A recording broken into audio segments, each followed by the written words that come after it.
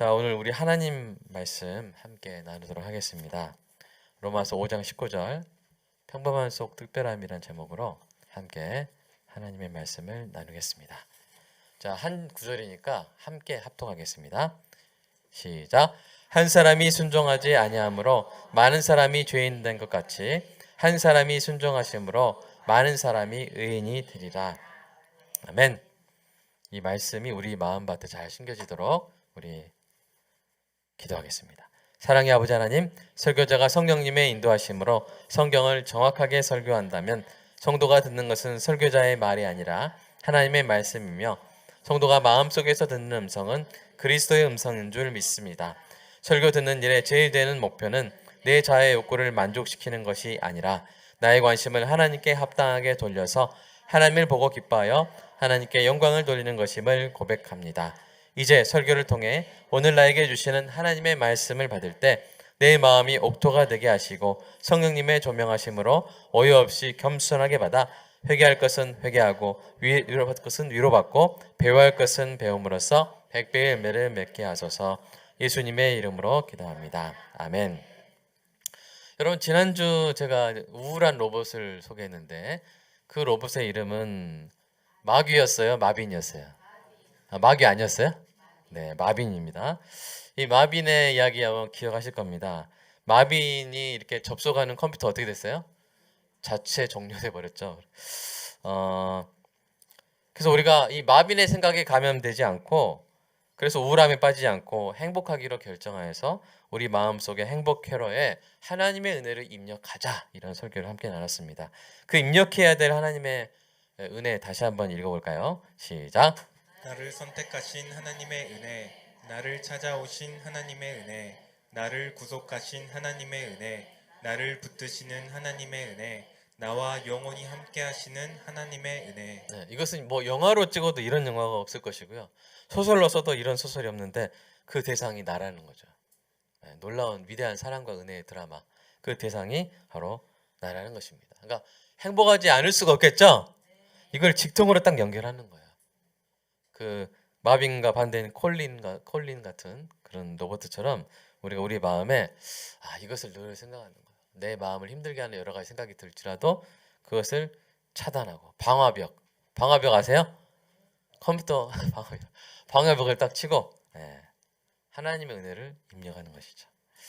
저도 참 이번 주에 이것으로 좀 많이 좀 이겨내고 하는 그런 시간을 가졌습니다. 여러분도 그렇게 하셨어요? 실천하셨습니까? 네, 우리가 말씀을 듣고 지식으로만 가지면 경험을 못합니다. 우리가 실천을 해야 됩니다. 그래서 말씀을 실천하고 그 능력을 체험하여서 우리 삶이 실제로 변화되는 은혜가 늘 충만하기를 주님의 이름으로 축복합니다. 네. 오늘은 이제 이어서 좀 평범함이라는 주제를 가지고 이야기를 나눠보겠는데요. 제가 이 평범함이라는 주제를 다루는 이유는 우리가 이 우울할 때 언제 우울하냐면 내가 평범하다 생각될 때 우울합니다. 이제 SNS나 뉴스를 통해 볼 때 여기 전용기 타고 다니시는 분 혹시 있나요? 전용 그릇에 뭘 넣고 다니시는 분은 있지만 전용기는 없으시죠? 제트기. 예. 제트기 이렇게 대전 왔다 갔다 하면 좋으시겠는데. 예. 근데 그런 사람들의 모습, 뭘 해도 막 좋아요가 막 수억 개 달리는 이런 셀럽들의 모습을 통해서 우리는 난 너무 평범한 거 아닌가? 나는 왜 이렇게 태어난다? 나는 왜 이렇게 자랐나? 이런 우리 일상에 대한 어떤 실증, 또 실망, 심지어 우울한 생각에까지 이어질 수가 있는 것이죠. 여러분도 혹시 그런 때가 있습니까? 평범한 인생 같아서 우울해질 때가 있습니까? 그러나 사실은 진실은 달라요. 사실은 이 평범한 일상에서 경험하는 일들이야말로 우리 인생에서 가장 소중한 일입니다. 이것을 깊이 연구한 사람이 있는데 그 사람이 평범하여 찬란한 삶을 향한 찬사라는 책에서 이렇게 말했어요. 한번 좀 천천히 한번 읽어볼까요? 곱씹으면서 시작. 평범하여 찬란한 삶이란 헛된 야망의 실현이나 비겁한 타협이 아니라 타인을 다른 시선으로 바라보려는 노력이며 보이지 않는 것들을 보고자 하는 바람이며 떠들썩한 성공 뒤에 숨어있는 것들에 관심을 가지려는 의지다. 평범한 것들에서 아름다움을 발견하는 것이야말로 진정한 삶의 가치를 깨달은 것이다. 네. 상당히 좀 울림이 있죠. 우리가 이제 남들 보기에 내가 평범하다라고 느끼면서 난 참 우울하게 또 비참하게 생각할 수도 있고요. 반대로 우리가 평범하게 살면서도 그 안에 있는 소중하고 아름다운 것들을 발견하는 즐거움과 기쁨을 누리며 살 수도 있는 거예요. 정반대로 살 수 있어요. 같이 사람들이 평범하다고 보이는 삶을 살아도 완전히 다르게 살 수 있습니다. 우리가 심해를 탐험하거나 우주를 탐사하는 것처럼 우리의 평범한 삶을 탐험하면서 놀라운 가치를 지닌 보물들을 발견하면서 막 흥미롭게 살 수도 있는 거예요. 사랑하는 여러분, 여러분은 여러분의 평범한 삶 속에서 어떤 보물을 발견했습니까? 우리가 어떤 보물을 발견해서 지금 기뻐하고 소중히 여기는 것과 반대로 어떤 보물을 잃어버리고 나서야 그 가치를 깨닫는 것은 매우 다릅니다. 사실 제가 이제 설교 본문은 없지만 갑자기 생각나는 게 어떤 소설에서 어떤 여자가 아주 유명인들을 막 좋아하고 그 사람들과 막 이렇게 사귀고 이런 것들을 하다가 정말 남편을 볼품없이 생각했는데 그 남편이 사실은 엄청난 학자였고 그 학계의 유망한 인재였던 거예요.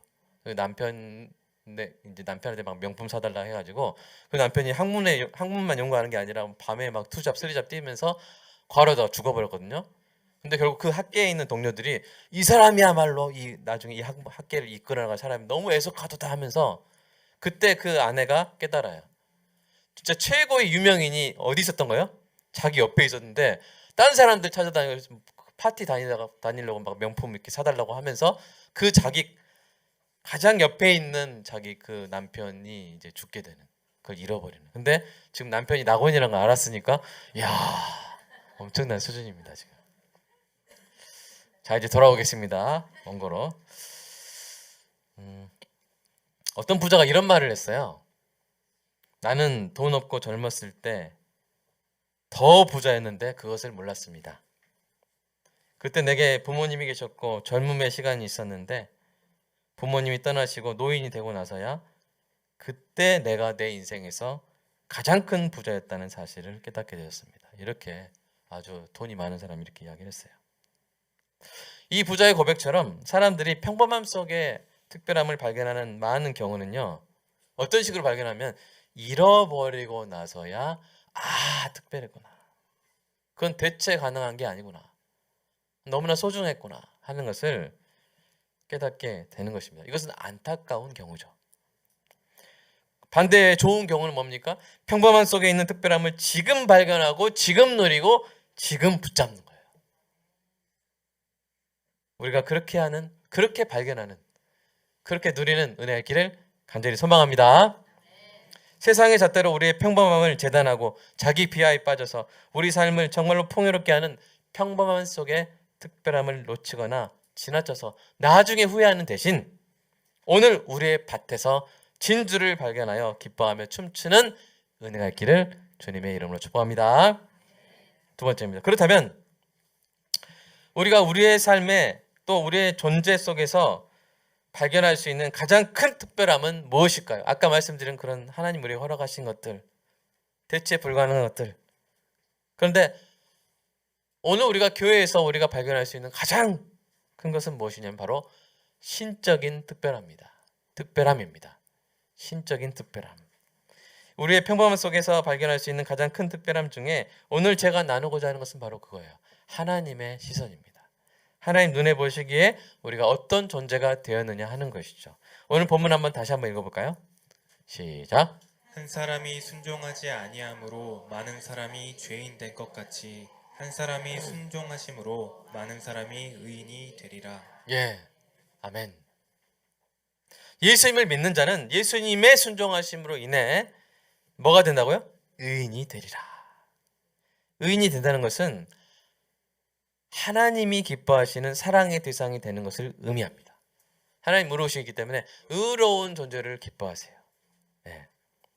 예수님의 순종하심이 없었다면 우리는 아담의 불순종으로 인해 죄인으로 살다 죽을 수밖에 없었어요. 그러나 예수님이 우리를 위해, 우리를 대표하여 하나님께 순종하심으로써 이 복음을 믿는 우리가 이제 이렇게 고백할 수 있게 된 거예요.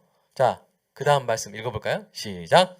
이로써 사랑이 우리에게 온전히 이루어진 것은 우리로 심판날에 담대함을 가지게 하려 함이니 주께서 그러하심과 같이 우리도 이 세상에서 그러하니라. 이게 무슨 말씀이냐면 영어로 Because in this world we are like him. We are like Jesus. 우리가 예수와 같다는 거예요. 예수와 같다. 누가 보시기에? 하나님이 보시기에 우리는 누구와 같다? 예수님과 같다는 거예요. 무슨 말이냐면 우리가 예수님 같이 존귀하고 의롭고 사랑스럽다는 거예요. 누구 눈에 보시기에? 하나님 눈에 보시기에. 이것은 엄청난 특별함이죠. 세상 사람들이 자랑하는 특별함은 그들이 가진 돈, 권력, 학벌, 인기, 평판 등으로 자신들을 다른 평범한 사람들과 구별짓는 특별함이에요. 그러나 그런 특별함은 하나님 보시기에는 아무것도 아닌 것입니다. 하나님 보시기에는 아무것도 아니에요. 하나님 앞에서 대통령, 부자, 박사, 유명인 그 어떤 자라도 은혜가 없으면 그냥 뭐예요? 죄인입니다.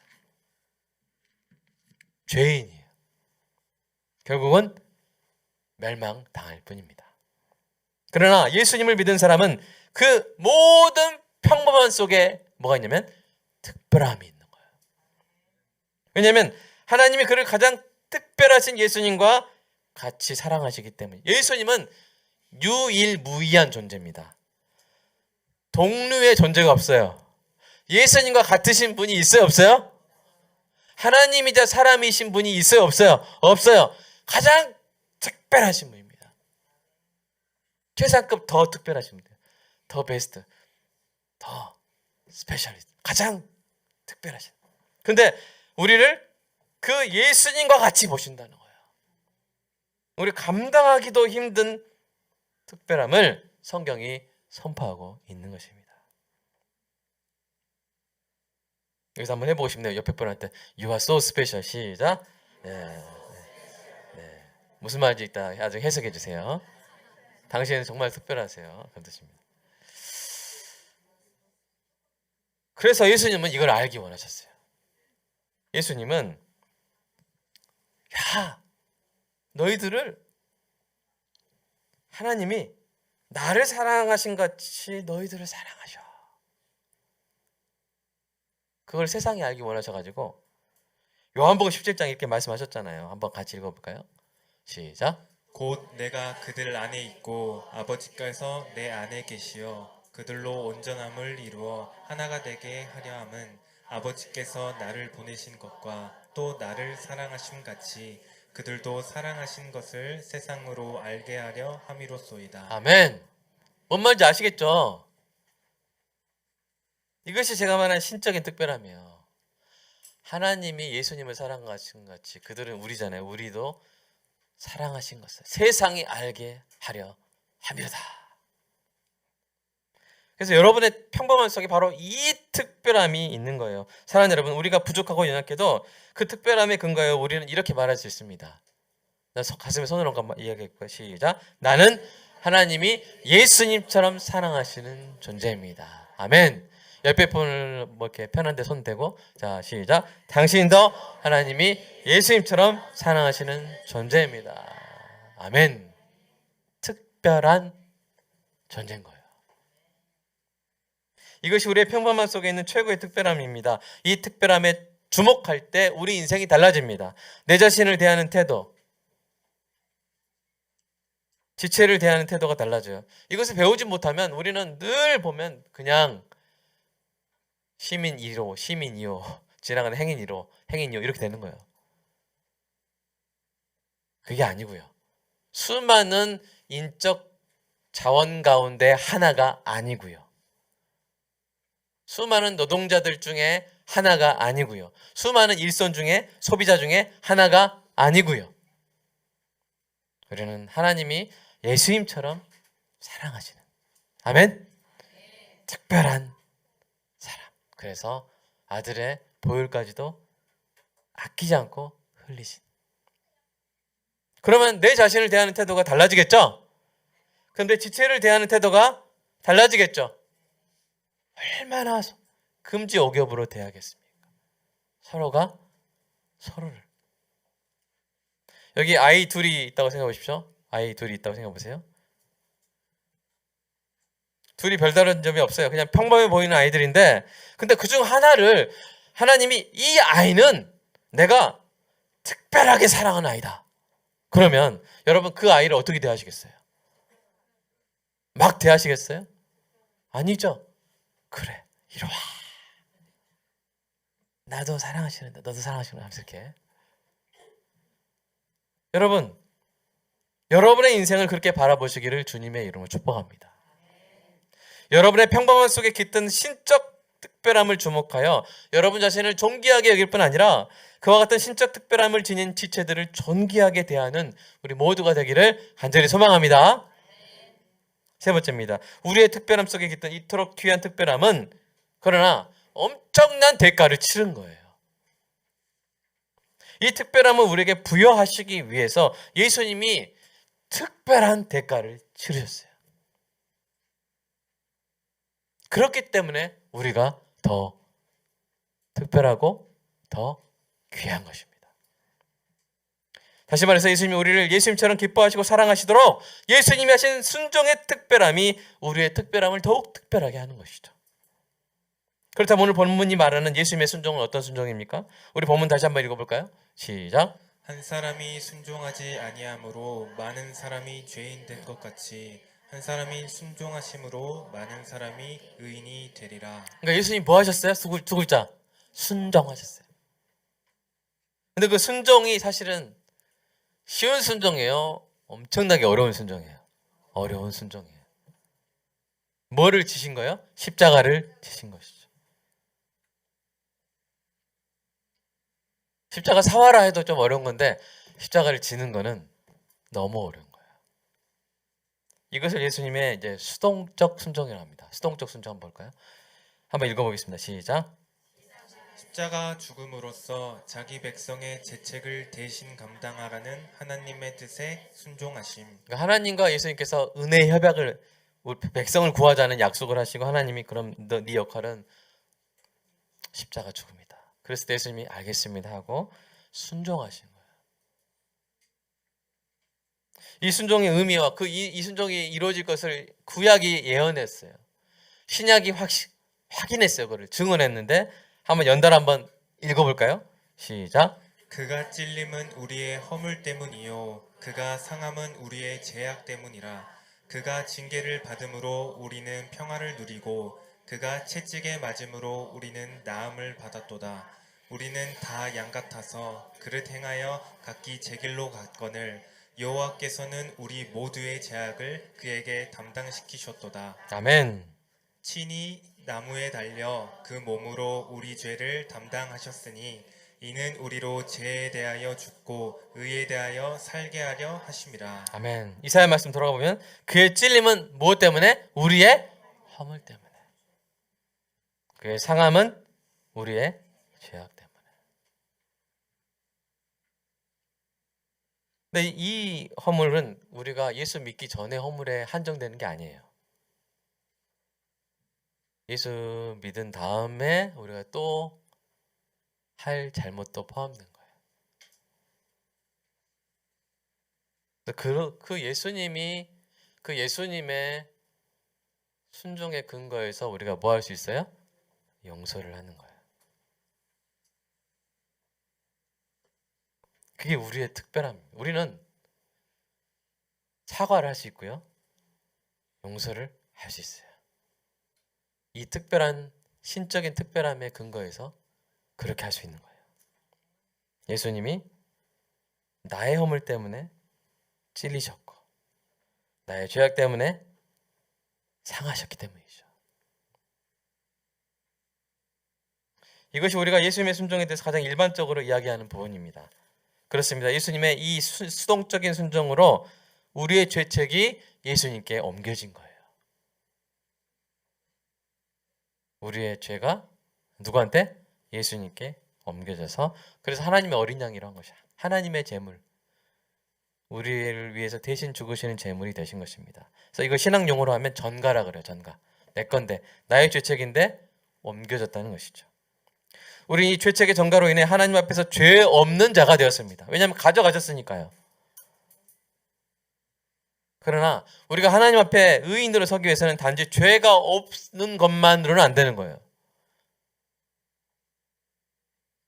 죄가 없을 뿐 아니라 하나님의 법을 능동적으로 지킨 자가 되어야 합니다.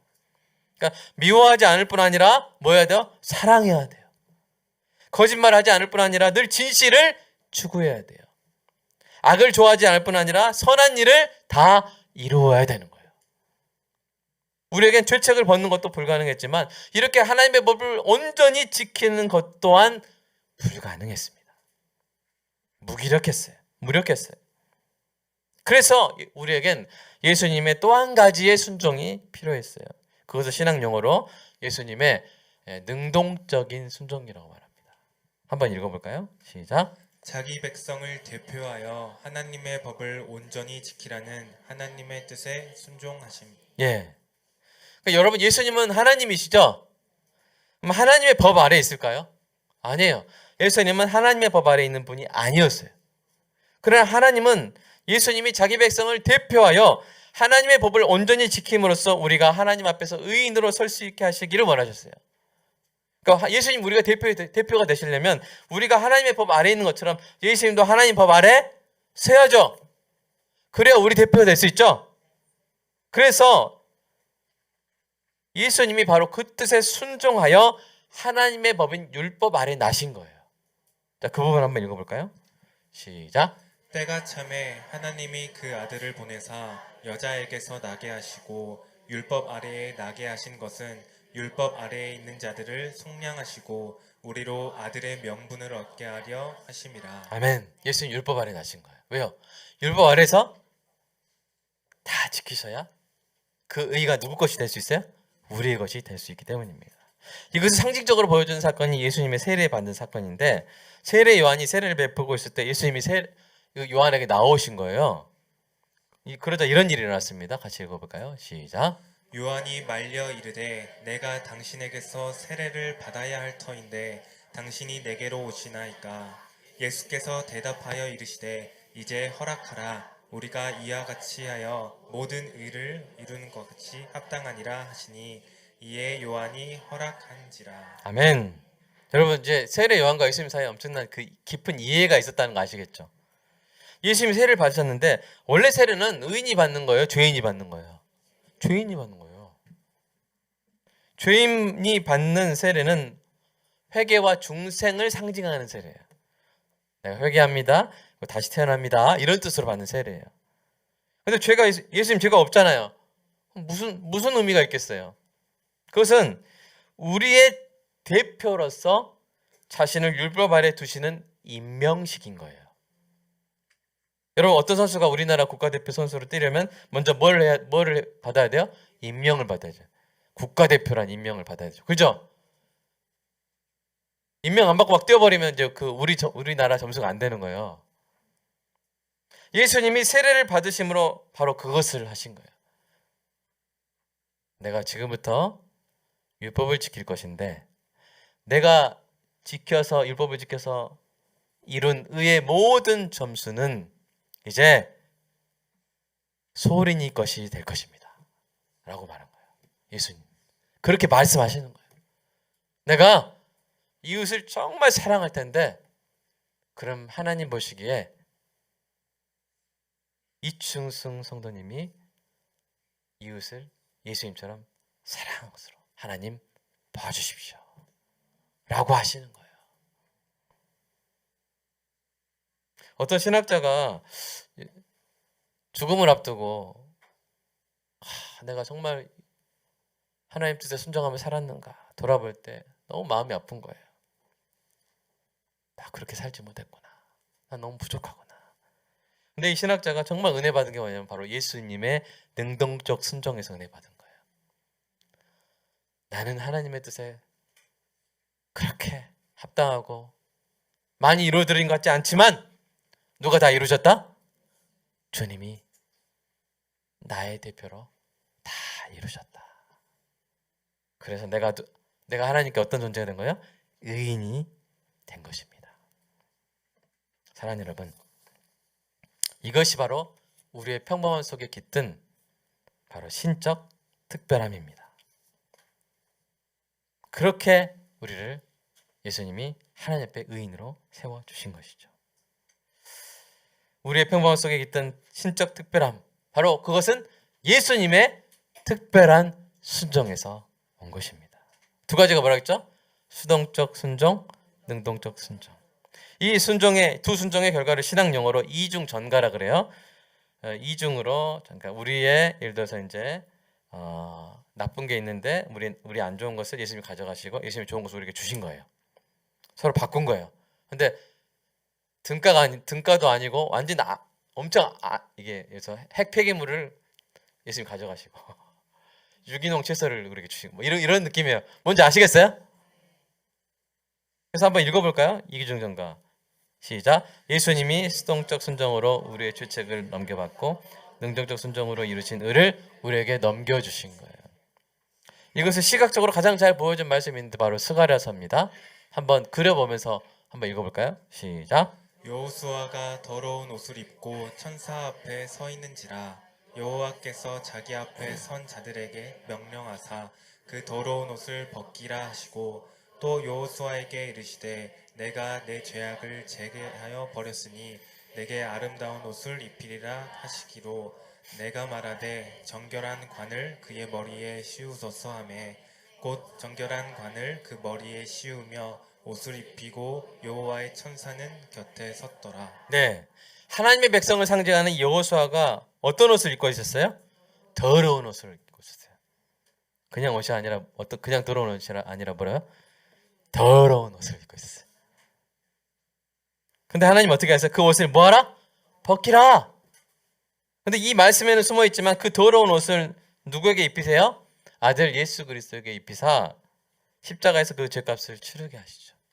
그리고 반대로 예수님이 이 땅에서 하나님의 모든 법을 순종하여 이루신 그 의의 옷을 누구에게 입혀요? 여호수아에게. 근데 이 여호수아는 누구를 상징해요? 하나님의 백성, 나를 포함해서. 나를 포함한 하나님의 백성을 상징하는 거예요. 이것이 우리 삶에 깃든 신적 특별함이고 이 신적 특별함을 우리에게 부여하기 위해서 예수님이 하나님의 법을 다 지키시고 십자가에 죽기까지 충성하신 거예요. 그러니까 우리의 삶은 1초까지도 특별합니다. 가장 특별한 대가를 치른 가장 소중한 시간인 것이죠. 마지막입니다. 사랑하는 여러분, 우리 인생이 평범해 보일 수 있어요. 평범한 가정에서 태어나 평범한 과정을 밟아 평범한 삶을 사는 것 같습니다. 때로는 그런 평범함이 싫기도 하죠.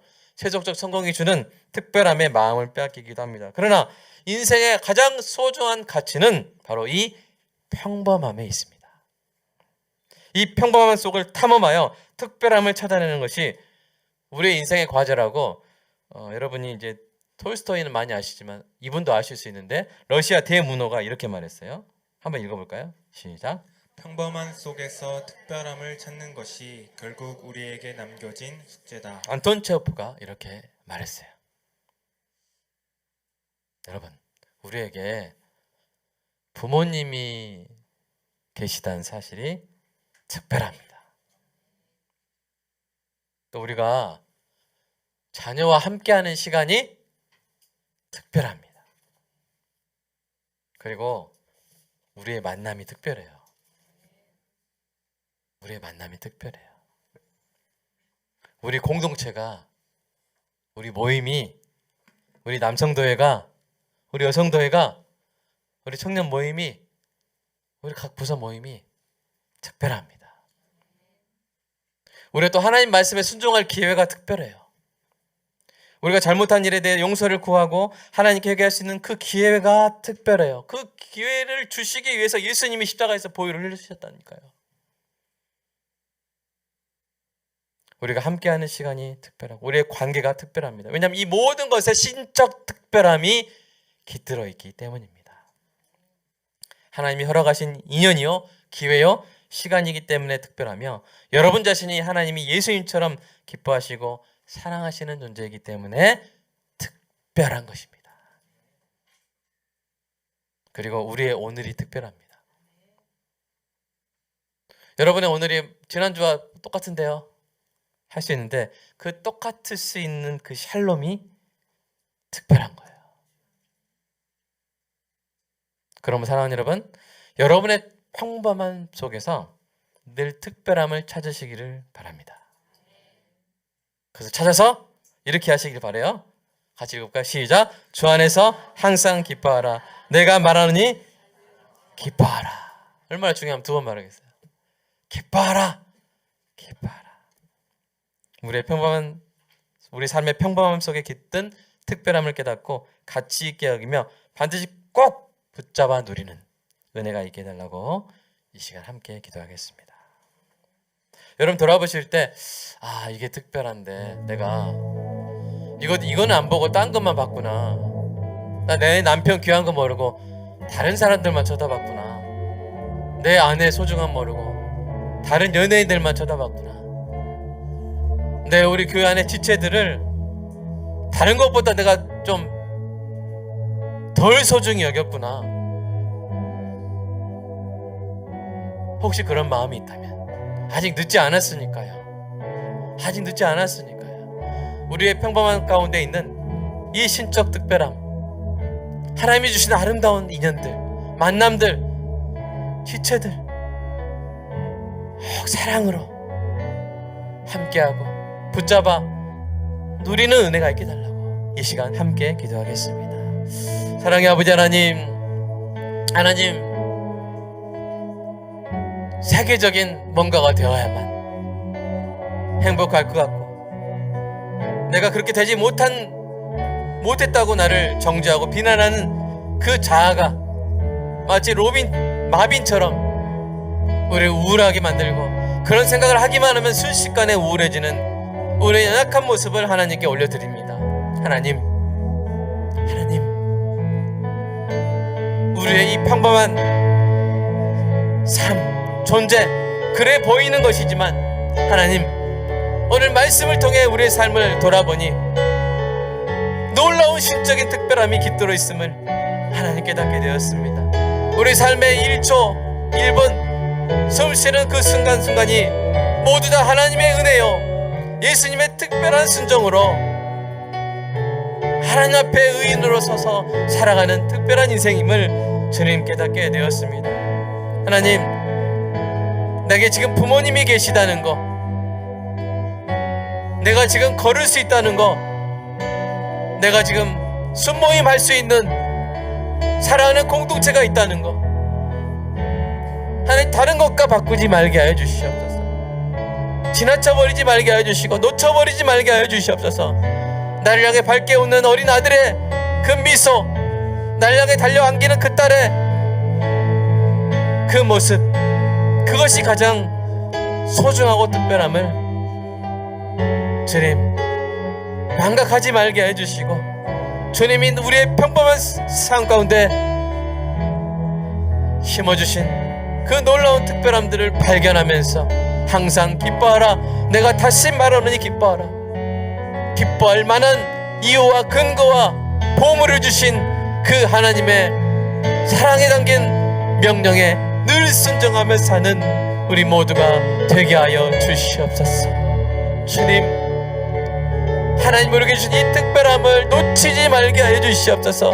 다시 그 가치를 깊이 깨닫게 하여 주시옵소서. 새롭게 깨닫게 하여 주시옵소서. 그리하여서 다른 모든 것들은 아무것도 아닌 것으로 주님, 우리 마음이 새롭게 되는 은혜가 있게 하여 주시옵소서.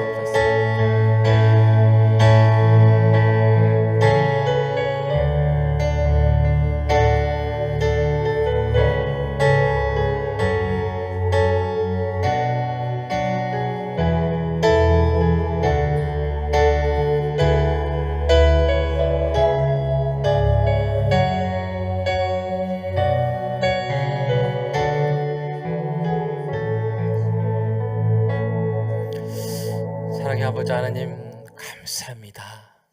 하나님 평범한 속 주님이 우리에게 부여해 주신 특별함을 오늘 다시 한번 깊이 깨닫게 하여 주시옵소서.